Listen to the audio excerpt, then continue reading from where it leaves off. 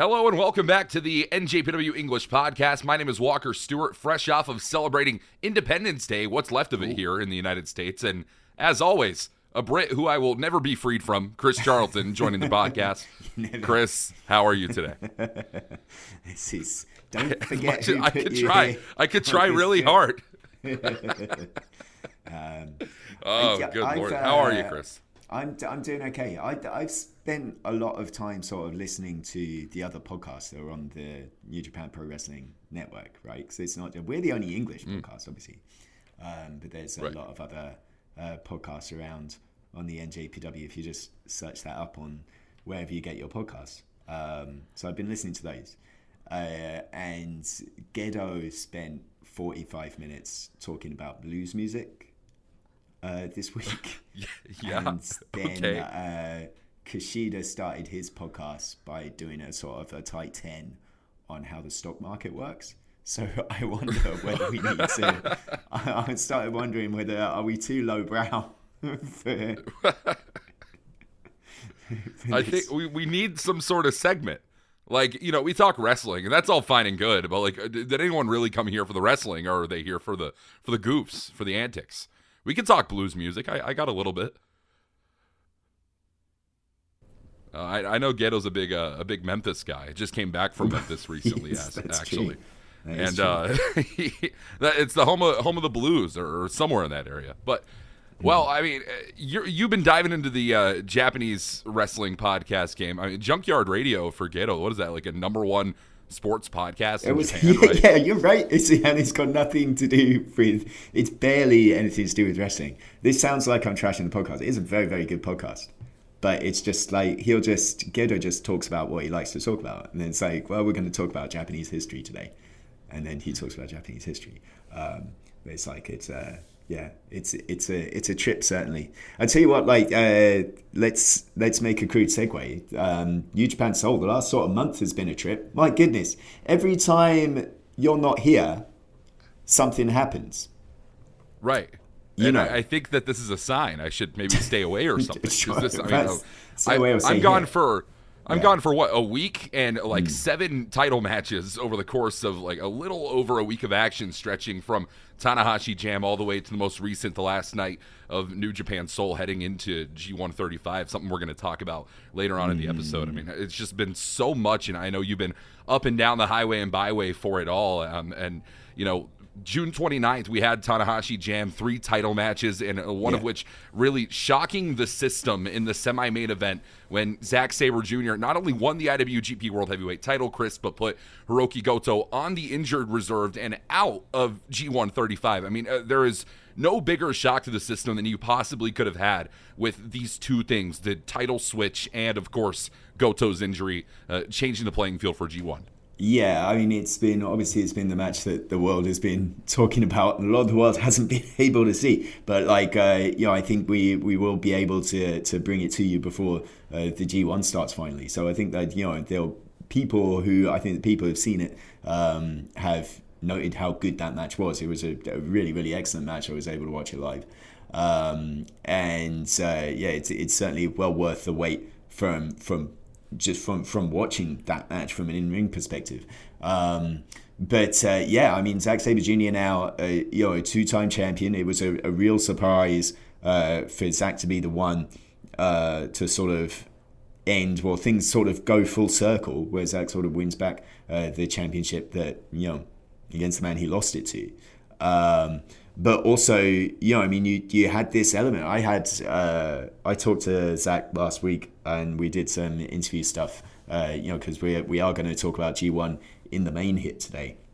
And Zach saying, sort of openly admitting, like, hey, I kind of enjoyed being a prick. And it's been a while since he had been that, and it was a very different, very much more aggressive Zack Sabre Jr. sort of tapping into his roots a little bit. I think, like, for someone, as you and I were both on that journey of him being world heavyweight champion for the first time, and trying to do all that he could for the first time as being the face, being the top man in the company, and trying to be as open as possible, especially with media, and doing all those appearances. Zach told me, he feels like he'll be able to sort of strike a balance between still being able to do that and at the same time being much, much more aggressive in the ring. And I think, we saw that, but obviously the sort of unintended consequences of that is Goto now out with an elbow injury.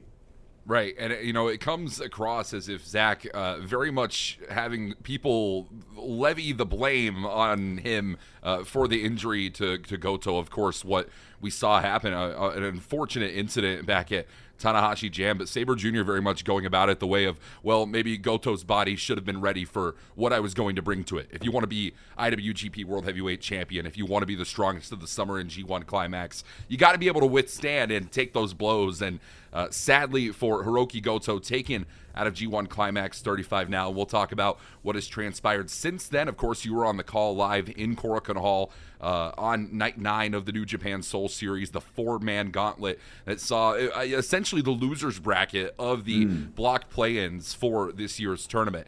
And it was Taichi that would eventually make his way into that place in Block A. Yeah, it was such a heartbreak because, I was on the call as well when it was Taichi and Callum. And Maloney and Ishii as well. I think those two matches in particular, and not to sort of take anything away from Oiwa and Yoshihashi, who made it in July 4th on Independence Day, in fact.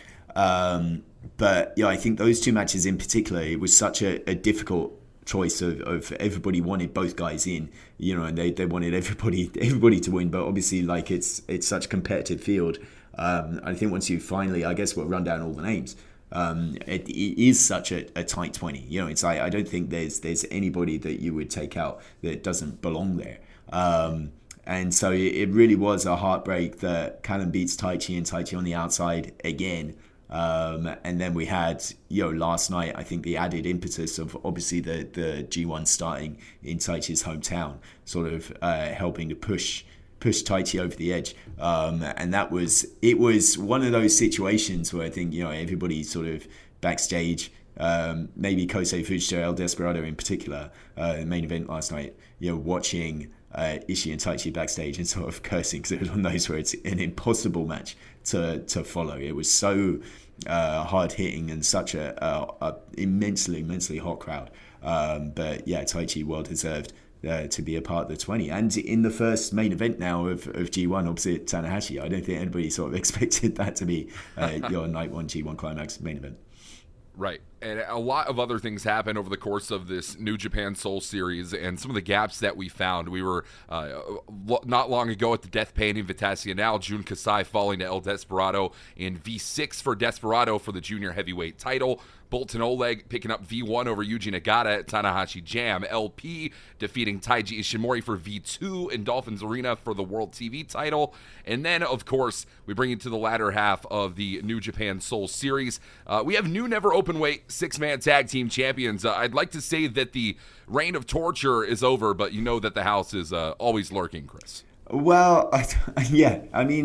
It feels, I hope, like there's with the Hontai team winning the Never Openweight 6-man championships, that we'll see more Never Openweight 6-man tag team championship matches. I kind of think very oftentimes Never 6-man title matches can be a real highlight on any card. So to have House of Torture sort of win those titles back in January, really hold them hostage for about 6 months. And he defended them once in that span, right? So, it feels like a moment of hope. I know I was sat with Hartley Jackson on the call there, and Hartley said, it would be so easy to have so many combinations of TMDK going after those titles. I think that would be great, So, I think there's a real big positive to come from that. And we're going to have you run down 3 more championship matches before we get into the G1 35 conversation, and this being one of the most interesting out of any of them for me personally. Gabe Kidd, Hiroshi Tanahashi, the main event in Tokyo Budokan, saw Gabe Kidd hit V1 in an incredibly emotional battle with Tanahashi. Yeah, they just yeah, I mean, obviously we sort of told the story over the course of that matchup, but yeah, I mean, Gabe and Tanahashi being so sort of uniquely tied, you know, and I think, and Gabe was very, very open after the match of how much Tanahashi means to him. You know, as somebody, you know, really, if it hadn't been for Tanahashi, he wouldn't be here. And I'm not talking about not being here in terms of New Japan Pro Wrestling, but not being here, period. You know, so yeah, I think that was a match with a ton of emotion as well, and that's what pro wrestling can be, what pro wrestling can bring.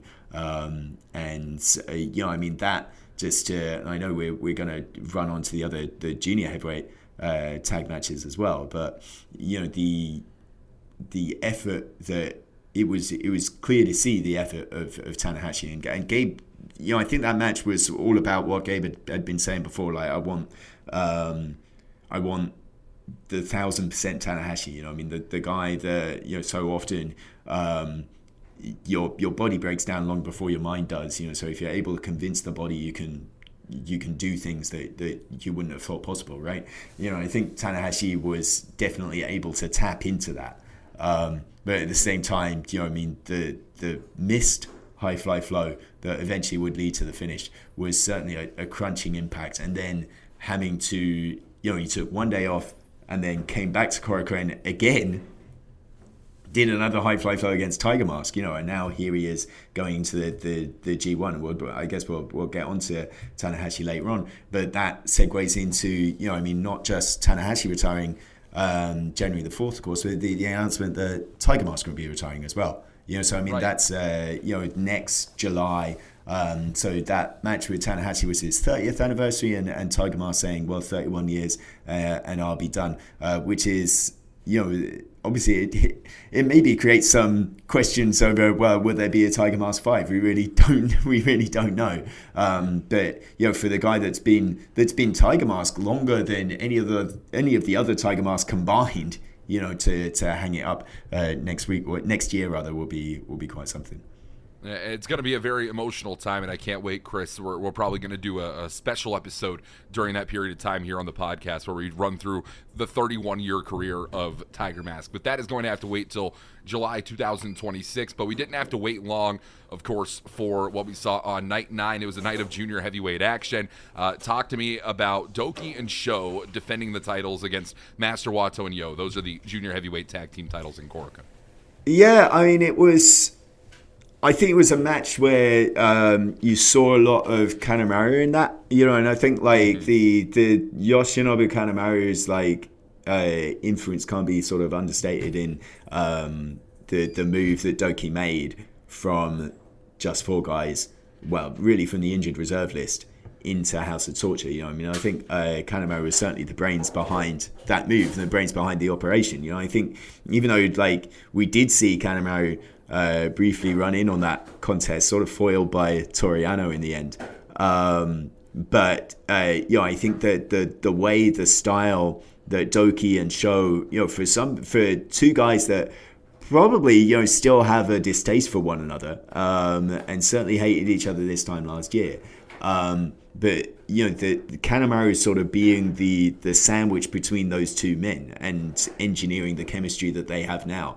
You know, I mean, you really saw, I think, the heel master in that tag team, even though Kanemaru wasn't ringside the whole of the time. And then, yeah, I think it's maybe somewhat a little bit on the nose that it was a black mirror that's now being used by Doki and Sho. You know, I sort of said on the announce at the time that it feels like House of Torture is sort of a black mirror to all of professional wrestling, and you know, that being the key to those 2 guys coming through. So I mean, I do want to. Sorry, I'm constantly deviating because I think like last night, you know, very often times I always sort of say nobody brings you home, so to speak, better than New Japan Pro Wrestling. You know, when it comes to you know, the last show before these big events, and G1 Climax is obviously yesterday, as we're conversing now, was the last show before G1 Climax 35, and there was so much to sort of, there's so many nuggets to sort of get into, and obviously those championship matches and Taichi getting into the G1, Tiger Mask announcing his retirement, but the other little note, and Doki being a big get for House of Torture, but a get, quote unquote, for the unaffiliated. I mean, if you're an unaffiliated, if you're not a team, then do you have members? I'm not sure. But all of a sudden, I mean, it's been a while since, the last few months you've been calling Daiki Nagai top guy Daiki Nagai. And then, he's like, I guess declaring himself graduated or independent of the Nage Dojo now. And, he sort of had that conversation with Tsuji and Shingo and Hiromu, and they all gave the sort of thumbs up, gave him a t-shirt backstage, and then next thing I knew, Daiki Nagai was out ringside for the main event in an unaffiliated t-shirt. Yeah, it's really interesting to me to see all of that transpire on NJPW World as we saw it live in person.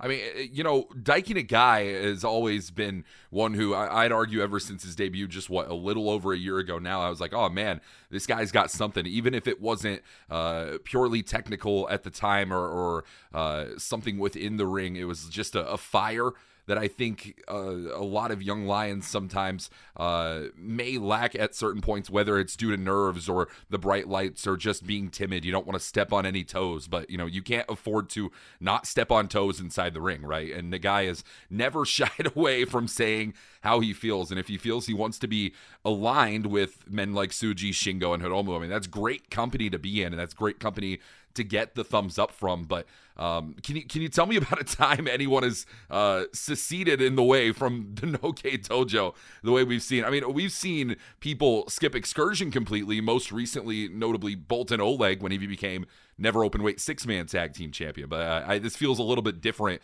not exactly hardware to prove graduation from the Noge Dojo for Nagai. Right, yeah, well, I mean, time will tell whether he's actually graduated or not, you know what I mean? But we'll just have to wait and see. But I mean, I think the obvious comparison, and I guess the reason why I sort of segued the way that I did was because you see everything with Kosei Fujita, and I think when you talk about what you see, what you saw earlier on with Daiki Nagai is what I saw in Kosei Fujita really when he debuted about 4 years ago, and I mean, to your point, a very, very similar trajectory. But albeit there, it was a case where Fujita was a young lion that was plucked out by Zack Sabre Jr. into TMDK, and I will have him. Whereas Nagai, a much more sort of assertive figure in sort of really asserting himself and saying, well, it sounds like Tsuji and Shingo are saying nice things about me. I'm going to jump in head first and declare myself in. So, I mean, we'll see what happens. But, I mean, that does sort of bring on to the main event last night. Fujita just... another great match with Desperado, but it's so close and yet so far, and a match that, for as much as you see the flow of that match, how it started as Kosei Fujita's pace, Desperado taking control, but the closing stretch, that last sort of 5 minutes in there, it was, and I said it was a Zack Sabre Jr. match, and you had Sabre's protege and Fujita, and Sabre's former teammate, on-off tag team partner, El Desperado. I mean, it was an indication of how technical the junior heavyweight space is, but how flexible the junior heavyweight space is, and really now 7 defenses deep in 6 months for El Desperado. Every single one of them so different, really sort of broadening what junior heavyweight wrestling is, what pro wrestling can be, and I don't think it's a massive exaggeration to say El Desperado isn't just the centerpiece, the central character, if you will, of junior heavyweight wrestling, really of all of New Japan Pro Wrestling. You could say who is NJPW right now? If I got the response El Desperado, I would think that's a fair argument to make, right? And now you're at that position where you kind of think that the guys and the quality of guys that Desperado has been able to beat, it almost feels like sort of peak Kazuchika Okada, in that V12 run. You kind of go, well, who really can beat Despe at the moment? And it's a very difficult question to answer. I have, a little bit of a speculation, and if I'm going full fantasy here, then I'll give you that. But I'll put that question to you first. Who do you think can beat Despe? I think it hit really hard when El Desperado in post-match comments yesterday said that there is no shame in challenging twice for a championship against the same champion. And there's also no shame in losing twice to the same champion as long as you show growth. And I think Kosei Fujita really showed growth. But I think if you have to look at who is next to become IWGP Junior Heavyweight Champion, momentum in my eyes takes me back to a challenge that we have already seen. It's the man who sat next to you in the broadcast booth, the only man to not main event against El Desperado for the junior heavyweight title, and that's Francesco Akira. Yeah, I think that's definitely a really solid argument to make. I think you can never discount Hiromu Takahashi either. I think Hiromu very sort of motivated, and we talked about it on the broadcast the other night about the fact that Wrestle Kingdom 20 with the centerpieces of Tanahashi's retirement and Aaron Wolf making his debut, getting a main terrestrial television broadcast for the first time in 22 years in Japan, which is a huge deal. But that's one of the things that Hiromu Takahashi always wanted to do, was to have a big time, mainstream broadcast show in the Tokyo Dome, and him wrestling for the Junior Heavyweight Championship. So I think you have to put that in the back of your mind. My complete out there supposition, and this is purely in the realms of fantasy, but it makes me think that Kosei Fujita, by delaying his shot, wouldn't be the youngest junior heavyweight champion in history, even if he did beat Despe. But it did make me think, and then I was just about to go to bed last night, and I thought, I wonder, and I did some Googling, and I looked up somebody's birthday. You know who is still young enough? Ooh. Daiki Nagai. You think, wouldn't it be something, and it's purely in the realms of fantasy, but wouldn't it be something, Daiki Nagai asserting himself in such a way, immediately throws into the Mishosogu, the unaffiliated unit. And if he is ballsy enough to do that, maybe is he ballsy enough to challenge El Desperado? And then, no matter how tough Despe is on any given night, if he slips on a banana skin, or if Daiki Nagai has that something extra, if Nagai is able to beat Desperado, how does Kosei Fujita feel about that? How does Fujita react to that, right? How does Hiromu react to that? You know what I mean? So time very much of the essence in that way for Daiki Nagai, not just from a place of age, but also just what unfolds over the next 6 months. We've officially hit the halfway point of 2025 until we get to Wrestle Kingdom on January 4th. Just a couple of days ago, you mentioned that. So I think time is of the essence when it comes to Daiki Nagai and what he's capable of. Of course, I'd argue El Desperado and Kosei Fujita, one of the most controversial matches, not due to some sort of malfunction, not due to some sort of chicanery or anything like that. It was a very clean professional wrestling match, but I think that a lot of people were just shocked by the way Kosei Fujita's momentum was halted, having everything going in his favor. And, we talk about, some people have talked about finishing stories in professional wrestling, but that Cinderella style moment, the way that we got a lot of with Hiroki Goto throughout this year. Kosei Fujita just wasn't able to capitalize that, and I think it broke a lot of hearts on that day, Chris. Well, yeah, maybe heartbreak is part of the game, and I think you can trace that back, and every time, and I think there's a feeling in the room, and I think there was a feeling around Kosei Fujita. I was surprised that Despe beat Fujita, in fact, simply because of the momentum that Fujita was building up. But at the same time, my reference points mentally go to Tetsuya Naito at Wrestle Kingdom 12 against Kazuchika Okada, right? And to go further back to that, and maybe most famously, my sort of reference point goes to Kazuchika Okada against Hiroshi Tanahashi at Wrestle Kingdom 9, right? And like, there's a thing certainly with Fujita, delays are not denials, and like I think Fujita will definitely be in that spot. And I think as well there is always, I mean, in Japanese, every sort of Japanese tale, it has 4 significant acts to it, and I think once you get to what now outside of Young Lion competition, then Fujita has wrestled Desperado 3 times. I think perhaps if they lock up for a 4th time, I don't think Desperado will be quite as lucky as he was yesterday. Well, that is all we've had to talk about for the New Japan Soul 2025 series. It is done. It is in the books from night 1 to night 9, ending on July 6th. All of that's available to watch right now, video on demand, courtesy of NJPW World. And speaking of NJPW World, kicking off on July 19th, Chris, it is G1 Climax 35. The hottest tournament of the summer is going to be hitting New Japan Pro Wrestling, and we're going to be kicking it off up north 2 nights in Sapporo. I love starting the summer in Sapporo.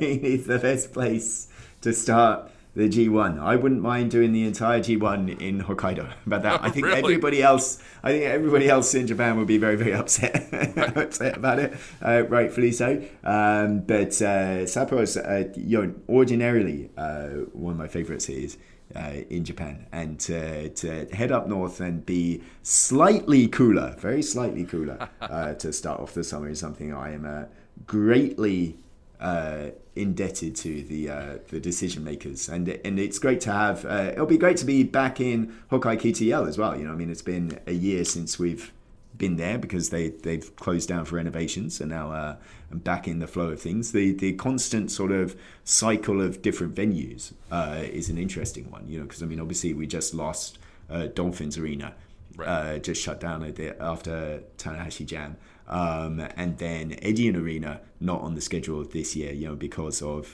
their renovations. But it's great to welcome back an old friend. It feels like in being back in Hokkai KTL. Yeah, there was a trend, correct me if I'm wrong, of the first night or two of G1 Climax in previous years kicking off up north in Hokkaido, correct? And yes. Now getting to be able to return to that. Where did we start last year for G1? I've only done one and I've already forgotten. We were in Edion, weren't we?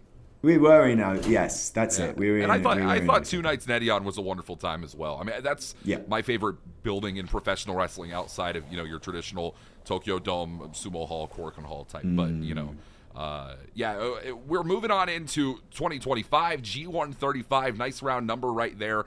First 2 nights in Hokkai KTL. Last 2 nights, Chris, in Tokyo's Ariake Arena. A little bit of a change from last year as well. Yes, yeah. So, I mean, it'll be interesting to be outside of Ryogoku Sumo Hall. That's where traditionally the G1 final homes have been. And it'll be the first time, I guess, that we've not been in either Sumo Hall or the Budokan for the final 2 nights. So in somewhere different. It'll be your first time in Ariake Arena. I've been there once before for the first historic crossover event with Stardom. It's a fantastic facility, very spacious, and it's a great place to watch the wrestling. Really, I mean, there's so many great places to watch the wrestling over the next month or so, which is why if you can be here, if you want to make G1 an unmissable sort of unforgettable part of your trip to Japan, then absolutely, NJPW1972.com. There's a little banner right at the top of the screen that says Japan event tickets. Just click on that and you can be a part of G1 Climax 35.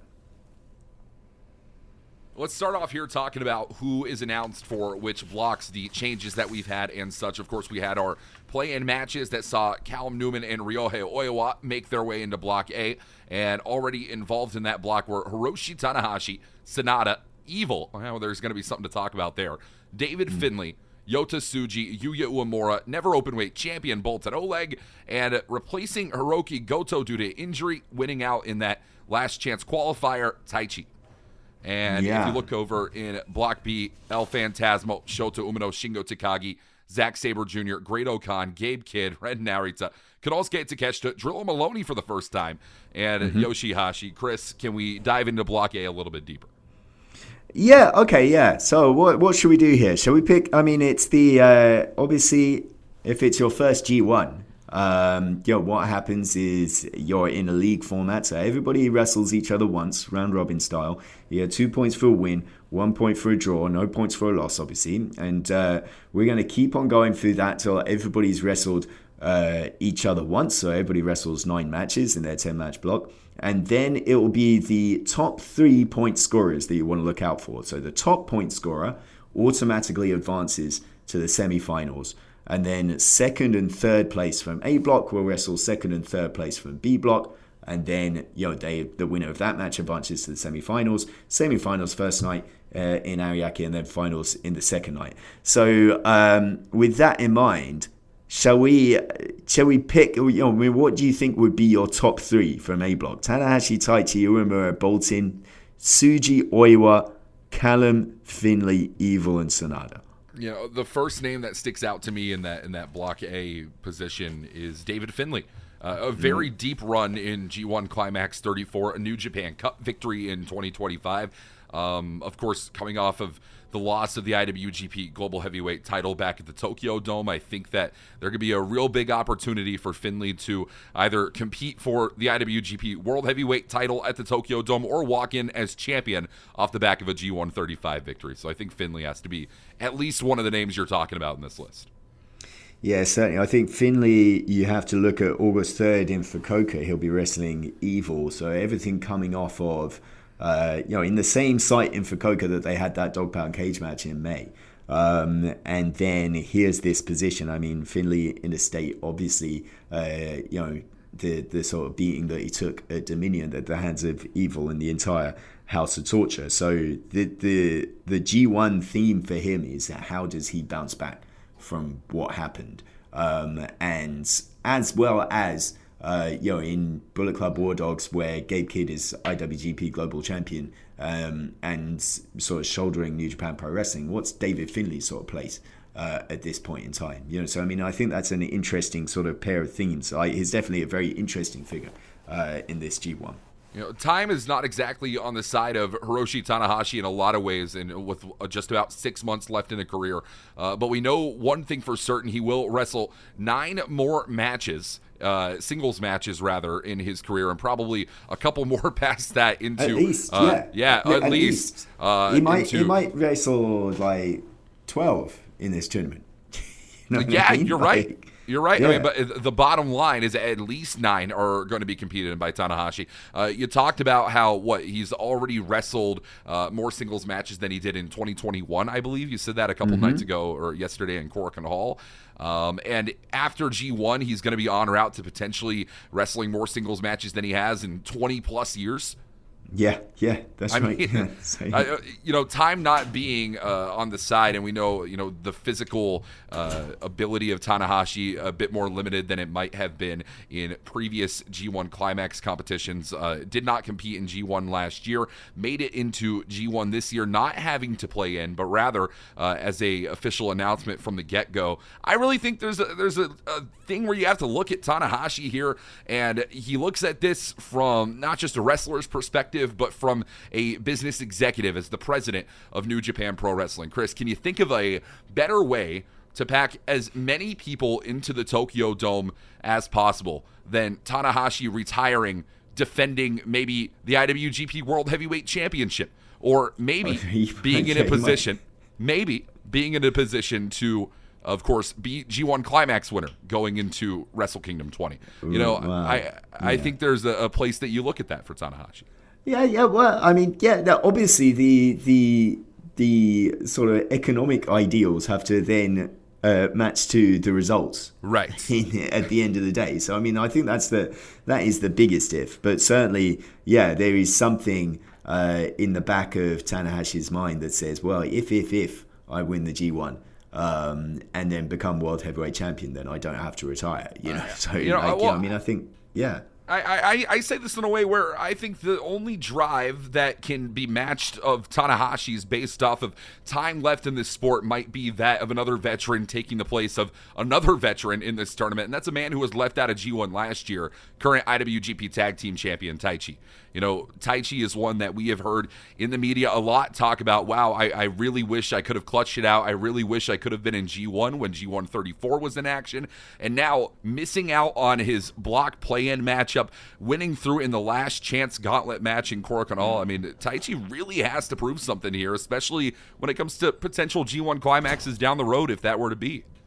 Yeah, for sure. Yeah, I mean, I think like you look at the emotion of Taichi, I think certainly in once Goto was ruled out, I think like all of that emotional underpinning went to Taichi just the other night. And then you look at his schedule on the opening weekend, right? July 19th, night 1, main event against Hiroshi Tanahashi.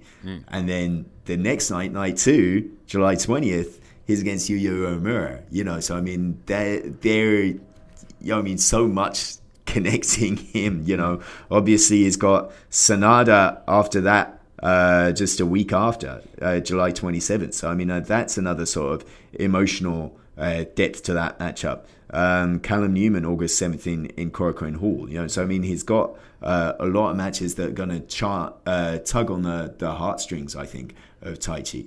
And we'll see whether he's got enough to put in a strong performance. But I think you're right. I mean, I think he's going to be very motivated by the fact that he missed the cut last year, that he had to play in even as IWGP Tag Team Champion this year. I think he's got a good run on him potentially. But none of those three are the three that I would pick to go through, though, Walker.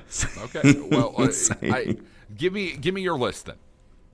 My three right off the top, I'm going to say Yota Tsuji.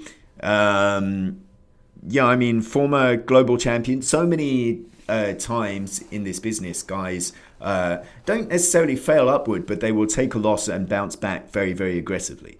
And I think to your point from earlier on, there's a fair chance of that happening with David Finlay. But I think Yota Tsuji, fresh off of that loss with the Global Championship, now sort of going, I think, to redouble in his mind of getting something greater. I mean, the finalists last year, so I don't think you can discount Yota Tsuji from at least being in the top 3 this year. I think potentially winning. I've got Yota Tsuji pegged to win the whole thing personally. Wow. But we'll see what happens. Yuya Uemura, I mean, again, that is all going to be about the Uemura-Tsuji match, I think, July 22nd in Sendai. I mean, the fateful match that they had in last year's G1, coupled with that, I mean, the match they had back at Dontaku, where Uemura, that failed challenge to Yota Tsuji for the Global Championship. I mean, so Uemura is so driven to get a win over Yota Tsuji, and I think if Uemura is able to beat Yota Tsuji in Sendai, then I think he could be going all the way there. And wasn't that match where Uemura got injured? Wasn't that in Sendai as well? I believe it was, yes. Yeah, there you go. So a different venue, I think, will be in Sun Plaza Hall rather than Sebio Arena. But right. I think that's going to play on the mind of Uemura. And then I've got Ryohei Oiwa. Wow. Yeah, I mean, I think as someone that's had, I mean, we're in this position where the second summer of TMDK, and I was half joking with Hartley Jackson. I mean, I think Hartley made his first New Japan appearance in 20 years or whatever it was during the G1 last year, right? Makai Messe, I think we were all there. And since then, Zack Sabre Jr. won the G1, won the World Heavyweight Championship twice. Kosei Fujita, best of the Super Junior 32, youngest winner in history. Didn't win the Junior Heavyweight Championship, but came close. Oi was in the G1, his debut G1. I mean, I think Hartley Jackson deserves a lot more credit than, But, yeah, I mean, Oiwa, certainly the pressure is on him after the opportunities that he's had so far, championship opportunities, and not quite gotten there. I mean, I think there is a lot of onus on him to go far and a lot of expectation on him to go far, in my opinion. And I like his second match of this tournament, July the 20th in Sapporo, Oiwa against Bolton. So I mean, that the never championship-ness of it all, and the fact that, if you remember, Bolton's very, very first pre-debut pro wrestling match was against Oiwa in the Tokyo Dome. So I mean, I think there's a lot of juice to that one. The three Block A names I walked into this recording with were Bolton Oleg, Yuya Uemura, and David Finlay. I think, bouncing around a name like Tanahashi or Taichi is a very hopeful wish, so to speak, with the level of competition in 2025 by comparison that we have in this tournament. I really do. I'll cut you off in that case. Like, what's your... Yeah, if you said, perhaps sort of hopeful thinking, what would be your moonshot, so to speak, of like, a real sort of dark horse in that one? Because if you then said Tanahashi or Taichi, I would say a real outside moonshot, Callum Newman. Wow.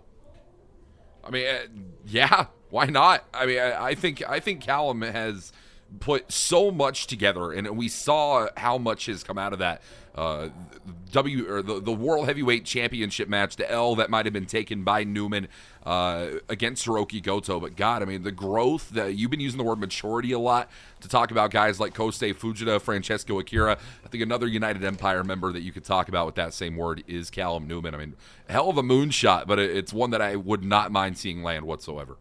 Getting into Block B right now, we had the names of El Phantasmo, Shota Umino, Shingo Takagi. You have the world champion Sabre Jr., Great-O-Khan, Gabe Kidd, Ren Narita, Konosuke Takeshita, Drilla Maloney in his first tournament appearance, and Yoshihashi, all consisting of your Block B. Do you have a top three you want to run by with that one?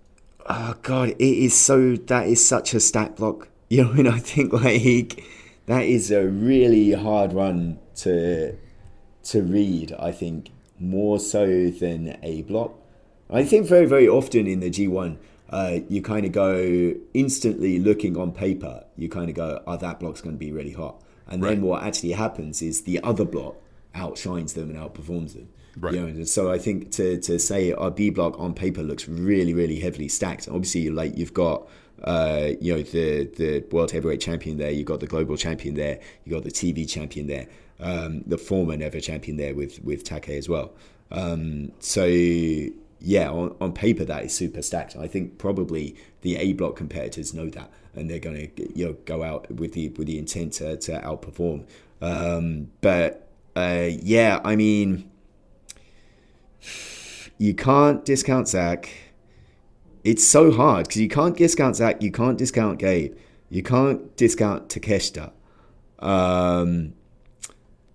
But so I think there's one man who is connected to all of the people in this block, and that's Shota Umino. Right. I mean, Phantasmo's been a great big brother to Shota of late. I mean, Yoshihashi, there's been sort of comparisons, maybe some of them unkind, with to Shota Umino compared to the earlier stages of Yoshihashi's career. Shingo Takagi, like, knocked his block off in Fukuoka, right? Zack Sabre Jr., that's your IWGP World Heavyweight Championship match from Wrestle Kingdom this year. Great-O-Khan, it was opposite Great-O-Khan that Shota Umino shaved his head. I mean, Gabe and everything that Gabe has said about Shota Umino. Ren Narita, I mean, like, everything Ren Narita does is motivated by his hate of Shota Umino, right. Like what he can do to piss off Shota Umino the most. I mean, I think the only debatable ones that don't have any significant connection are Takeshita and Drilla Maloney to Shota. So I think with that in mind, that's a situation where he could either beat all 7 of those guys I just mentioned and get to 14 points and he'd be at the top of the block, or again, whether like the mental can beat the physical, he might lose all of those matches and be nowhere. I mean, it's so that's a hard thing to say. But I think Shota's started to come back out of his shell over the last month, and I think he's starting to put the pieces together where maybe a little bit more of the aggression that he had in New Japan Cup, plus the presence of Phantasmo as a sort of big brother figure, and that I think that's going to be a key in their match July 19th in Sapporo. I think Shota Umino is going to be in the top 3. Wow. I don't completely disagree with you. I just happen to be thinking, though, back to, of course, albeit with an ailment, the G1 34 performance of Shota Umino, which was absolutely, you could call it subpar. Yes, walking in with a lower back injury. Yes, absolutely courageous to fight through that injury the way that some people, even in this tournament lineup that we saw initially announced, wouldn't have been able to do. But I think they're at that point. You look to last year, Shota Umino had so much talk about, this is what I'm going to be, this is what I represent, this is what I'm going to do, and none of that has happened, so to speak. But now, 2025, G1 Climax 35, a lot less talking, a lot more showcase from Shota Umino, and that showcase isn't coming in the form of glow sticks and hot dogging and grandstanding with crying children in the front row, right? It's come with some losses, but it's also come with some wins. We've seen Umino come to the final of New Japan Cup 2025 this year. Based off of last G1 performance, I don't know how I feel about Shota, but you got to remind yourself, I guess, that you're almost talking about two completely different people when you're talking about Shota this year and Shota last year. Yeah. I think you're on the money there. Who else would I have? I'm not sure. I know we talk about every year. No world champion, no top champion has won the G1 since 2000. Kensuke Sasaki, Keiji Muto, the only 2 people to do it. I still think, like we said earlier on in the podcast, Zach sort of embracing this sort of the dickish energy, if I can put it that way, from his Suzuki-gun days, and sort of really bringing that to the fore in this second reign as champion.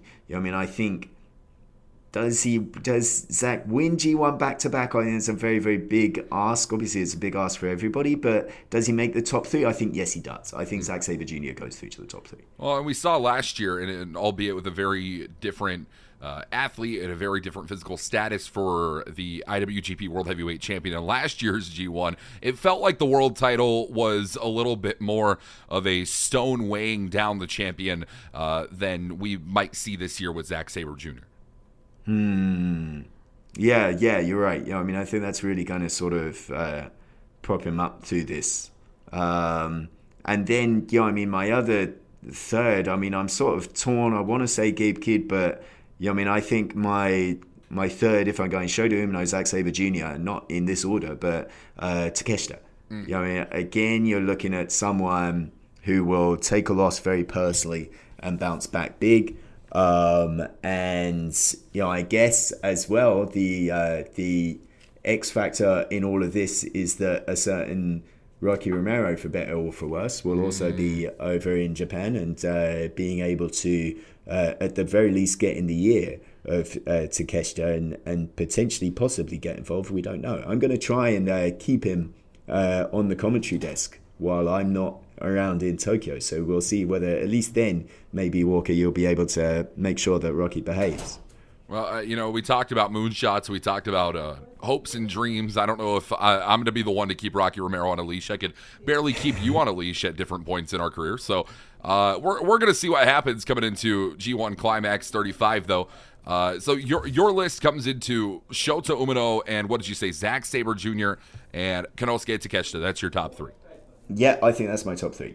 I think coming into Block B, the number one name that I had written down, even prior to Tanahashi Jam, was Zack Sabre Jr. for a top 3-point scorer. I don't know if that is more solidified now in my mind or less now that he is World Heavyweight Champion. I think it's really hard to knock Zack Sabre Jr. in the confidence department, especially now that it seems like we're seeing a little bit more of the true Zack Sabre Jr., the real heels in the ground, so to speak, Zack Sabre Jr. As World Heavyweight Champion. Not afraid to put someone on the injured list, obviously, to get what he wants, and I think that could very very much be something that drives him to the top of G1 35. And another man that I feel we've been seeing that a little bit more out of, Shingo Takagi, also sitting at the top of my list for Block B. Yeah, I mean, like, again, that's somebody you can never discount. You know what I mean? Yeah, and we're going to keep an eye on Shingo versus Zack Sabre Jr. That's August 5th in Osaka. And they know each other very, very well indeed. So, yeah, I mean, I think that's going to be certainly somebody to keep your eye on. And I think that my final Block B name, and you might like it, you might not, a very controversial figure at this point in 2025. Gabe Kidd is on my list for top point scorers in B Block for G1 35. I really, really love the fire shown by Kidd in his first defense of the IWGP Global Heavyweight Champion. I know that sometimes being a champion can be a drawback in a singles round-robin tournament like this, but we've seen Gabe Kidd showcase before, even in tournaments. Take you back to G1 34 or World Tag Leagues or different previous round-robin style tournaments where we've talked about the split focus of Gabe Kidd. And it hasn't won him a tournament yet, but I think that it very much is on track to do so this year as Global Heavyweight Champion on the part of Kidd. I think there's, there's a lot about the rhetoric of Gabe Kidd, and whether, and I think certainly somebody, he's sort of commenting that the press conference before Dominion, sort of evoking the critic and the man in the arena. But I think like what Gabe was driving at when he said that was that it doesn't matter like if other people believe him, because he believes him. I think that's very often kind of in contrast to Callum Newman, where like often Callum will say, nobody believes in me, I believe in me, and still there's maybe a shred of doubt when Newman says that, but Gabe Kidd is 100% convinced in what he says. So I think when Gabe said after he beat Tanahashi that he would win G1 Climax, that 100% he believes that he will. And I think like a Gabe who is that driven on one singular goal is very difficult to beat for sure. I think another match you're going to have listed for one to watch out for is one that was a personal favorite of mine in last year's tournament. That is Gabe Kidd versus what will be now IWGP World Heavyweight Champion Zack Sabre Jr., especially with Gabe Kidd. And you talk about the rhetoric, the words Gabe Kidd has used to describe himself as the hero that New Japan Pro Wrestling has, the hero that it needs, whether it wants it or not. Meanwhile, Zack Sabre Jr. very much taking the approach of knowing, hey, I'm not the hero, and quite honest, I don't think I want to be the hero anymore of New Japan Pro Wrestling. I'm not sure if I ever wanted to be the hero of New Japan Pro Wrestling, no matter how many interviews or media appearances that I took part of during my first reign as champion. I think that the hero versus the man who knows that is not the role to fill, Gabe Kidd and Zack Sabre Jr. is honestly maybe one of my top matches to look out for in Block B of this entire tournament that way. Yeah, I think so. It's a pair of anti-heroes in that main event, and the added attraction of it being World Heavyweight Champion versus Global Champion. That's definitely, I think, from that opening weekend, that second main event is really going to be unmissable. As is Gabe Kidd versus Konosuke Takeshita, which is on night one. So I mean, I had the chance to speak to Gabe just a couple of days ago, and he was like, "Wow, this is a really front-loaded series of matches for him, where it's like Takeshita first night, second night Zack Sabre Jr., his third is Shingo Takagi, so it goes on and on. Obviously there isn't an easy match in G1 Climax. It's a very difficult early path for Gabe Kidd, but we'll see what happens. Who's your moonshot from B Block? I think there's a very obvious moonshot here. I give me yours if you think it's so obvious. Let's see. Well, I think the real obvious one, I look at Zack Sabre Jr.'s schedule, and I'm very interested oftentimes in who guys have last, because here's the situation where are we getting right down to the wire? This is going to be potentially the most critical match of their entire campaigns. And last August 13th, in Hamamatsu for Zack Sabre Jr. is Yoshihashi. Yes. So I mean, here you have like it is the ultimate moonshot, isn't it? Of Yoshihashi shouldering the expectations of not only the guy that beat his best friend for the World Heavyweight Championship, ended that Goto revolution, but the guy that put Hiroki Goto on the shelf. I think there is so much personal for Yoshihashi, and he might not, when you look at the Yoshihashi's schedule, is not in a lot of main event. I don't think he's in any main events, in fact, going up to the August 13th block finals. But I think there's going to be a lot of sort of personal animosity in Yoshihashi, and if he can keep up a reasonable form to the point where potentially he can upset Zack or maybe beat Zack to be able to edge him out into getting into the top three, I think in Hamamatsu on August 13th, he'll blow the roof off.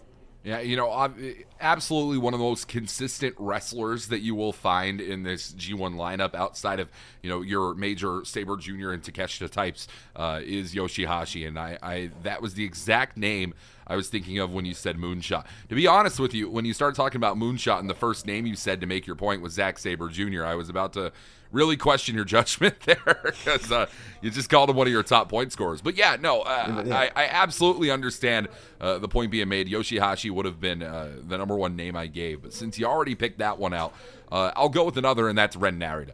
I think Ren Narita is flying just low enough under the radar to not be detected, so to speak, that he is going to be able to, I think about halfway through the G1, the other wrestlers in Block B and maybe starting to take notice in Block A are going to really start to see Ren Narita as the threat that Narita very much knows that he is. I think it's going to be interesting to see as well which members of House of Torture pop up sporadically throughout this series. We know Evil and Sonata are on the other side of Block A, but who's to know if Chase Owens doesn't catch a flight back to Texas and happens to stick around? Who knows where Dick Togo is going to be? Kanemaru, of course, the junior tag team champions, and you go all the way down the 35-person list for members of the house, right? Is Scapegoat Jack Perry, is he on AEW TV recently? He might be shooting over here, that's the thing. They can field an entire football team. Right. Walker. They've got a starting 11. Well, I don't know if Jack Perry can get his medal work that he's been doing on Instagram through like TSA or security here in Japan. I don't know how he got his entrance attire for Wrestle Dynasty through the building, to be quite frank with you, but. No, you're right. You have no idea who's going to be popping up, and I think that, honest to God, the true Ren Narita, or at least the Ren Narita that I first fell in love with when I first started capturing his work, coming out of the LA dojo and such, and even throughout the excursion that he had in his period, Narita doesn't need the help, in my opinion. I think that's a conversation we're going to go into vehemently if Rocky Romero decides to leave the broadcast booth at any point throughout G1 35.